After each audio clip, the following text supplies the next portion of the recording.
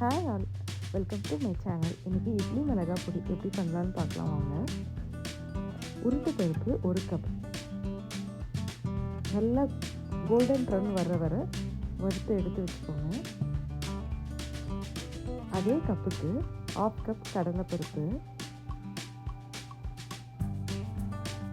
வறுத்து எடுத்து வச்சுக்கலாம்.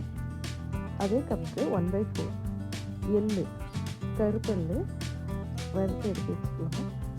கறி லீவ்ஸ் ஆட் பண்ணிக்கலாம், அதையும் வறுத்து எடுத்து வச்சுக்கலாம். காஷ்மீரி ரெட் சில்லி காரத்துக்கு நீங்கள் வறுத்து எடுத்து வச்சுக்கோங்க. ஆறுனதுக்கப்புறம் ஒரு மிக்ஸி ஜாரில் போட்டு காயம் தேவையான அளவுக்கு உப்பு சேர்த்து அரைச்சி எடுத்து வச்சுக்கோங்க. ரொம்ப சுவையான இட்லி மிளகா பொடி ரெடி ஆயிடுச்சு. Please subscribe my channel for more videos. By.